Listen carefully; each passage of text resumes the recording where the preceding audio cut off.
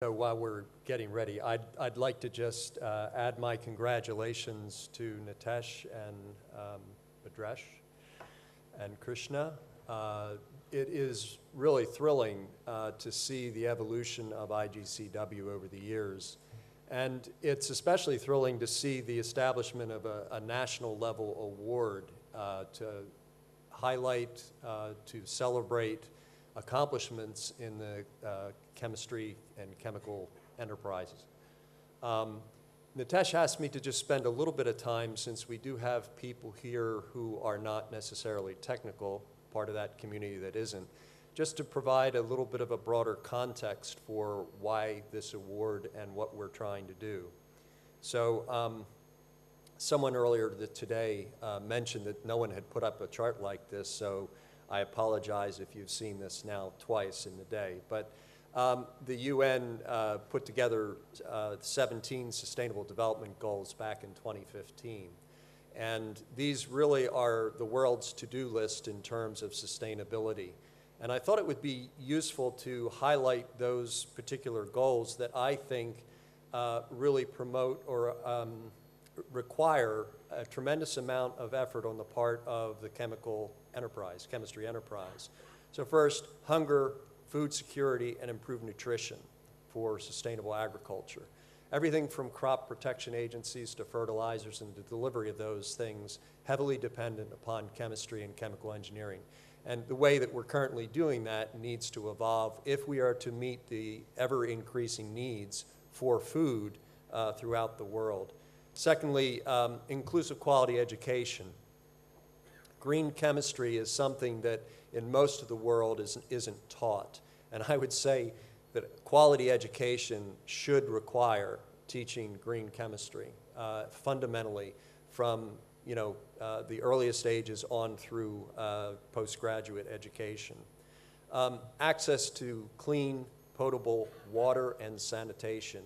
Again, this is not something that's tremendously attractive to most chemists, but this is absolutely crucial for the sustainability of the world. And again, chemists should be playing a huge role in everything from alternative methodologies for bringing about potable water, as well as sanitation. Renewable energy, energy in general, is a huge challenge that the world faces. And once again, advances in things like photovoltaic arrays, things like hydrogen fuel cells, all of these things tremendously dependent upon advances in chemistry and chemical engineering. Resilient infrastructure, materials science, once again, fundamentally it's chemistry and chemical engineering that are going to be harnessed to provide resilient cities and places that we can promote sustainable industrialization. Safe, resilient, and sustainable cities, once again, absolutely dependent upon what chemistry and chemical engineering brings. Sustainable consumption and production. Sustainable consumption is, I think, one of the hardest aspects of these goals. That's really asking to change the behavior of how people consume things. And really, there is a role for, again, chemists to play in that particular change. That is, we deliver a function as opposed to a product. What people want really is a function at the end of the day, something that works for their intended use. And chemistry can play a huge role in that. Just for example, color. Tremendously currently dependent on dyes and pigments for color. We're beginning to exploit nanostructures, and bending light with small structures is another way to deliver color. And then also thinking about in the fashion industry how they're looking at materials that change or that have durable water and stain resistance without the particular problems that attend them now. So again, tremendous opportunity there. Climate change, again, we're heavily dependent upon fossil fuels and an evolution to a bio-based and renewable economy, alternate forms of transportation, so on and so forth, all heavily dependent upon innovations in chemistry and chemical engineering. Sustainable use of our ocean, seas, and marine resources. There's a tremendous opportunity here, once again, for chemistry. So each goal, I haven't mentioned them all, I've mentioned a lot of them, but the thing to keep in mind is each one is important, but they're also all interconnected. So I hope you've heard several times me mention already about the importance of innovation, and this awards program is really highlighting innovation, and it's extremely important. Green chemistry, I mentioned earlier today, for those of you who weren't here, really was intended to spur innovation. It's mostly usually associated with the idea that we're going to reduce harmful substances entering the environment and also preventing pollution. But we can only do that through innovation. And innovations are needed virtually everywhere. In laboratory, chemists and chemical engineers need to talk more together. Business processes need to change. Business processes need to reward innovators who are trying to make sustainable products, right? And the markets need to reward those innovations. So there's a tremendous amount of opportunity for innovation in business processes and how the chemistry enterprise is seen. Someone made or noted earlier on that the chemical industry is unique because it's 75-85% of it is business to business.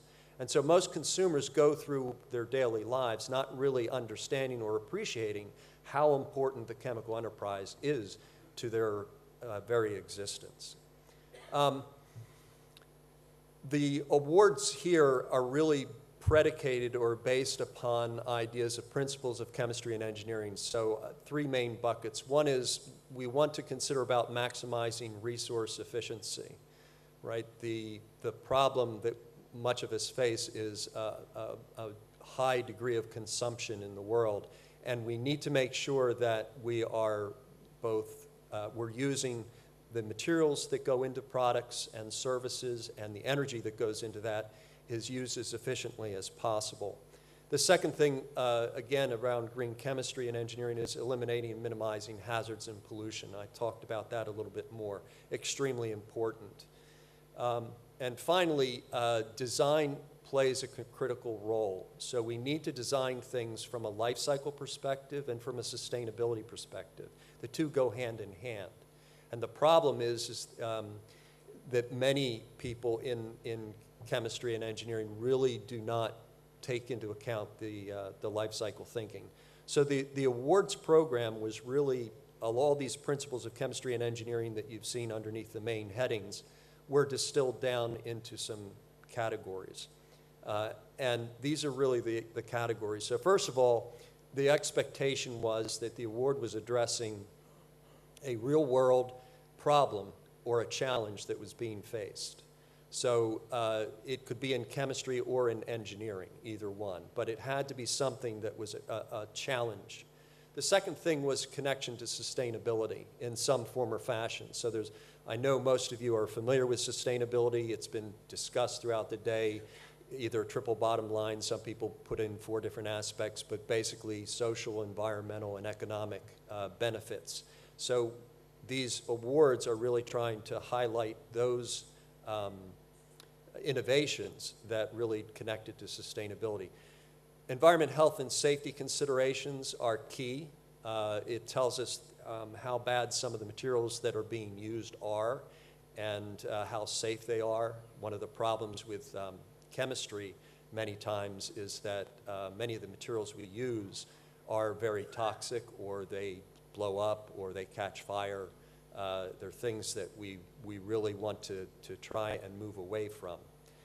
Innovation, we've talked about quite a bit, and the last is efficiency. So again, a distillation of all those principles, and that's how this awards program was judged. So with that, I'll turn it back to Nitesh.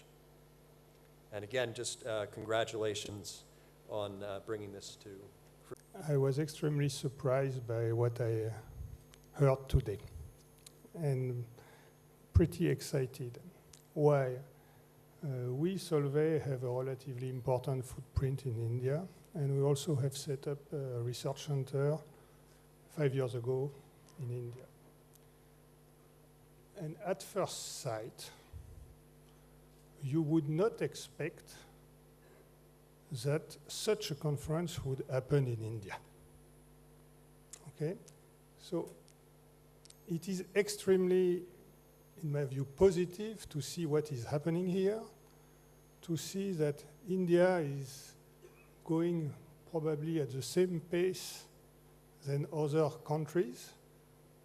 And this is giving me a lot of hope for the future. So I have to say, I want to thank the organizer to set up this meeting, which shows the dynamism which is happening here, and also, of course, for this prize, because a good way to continue to promote this type of activity is to recognize people who are really doing and getting the society to progress, because this is what we are speaking of in the end.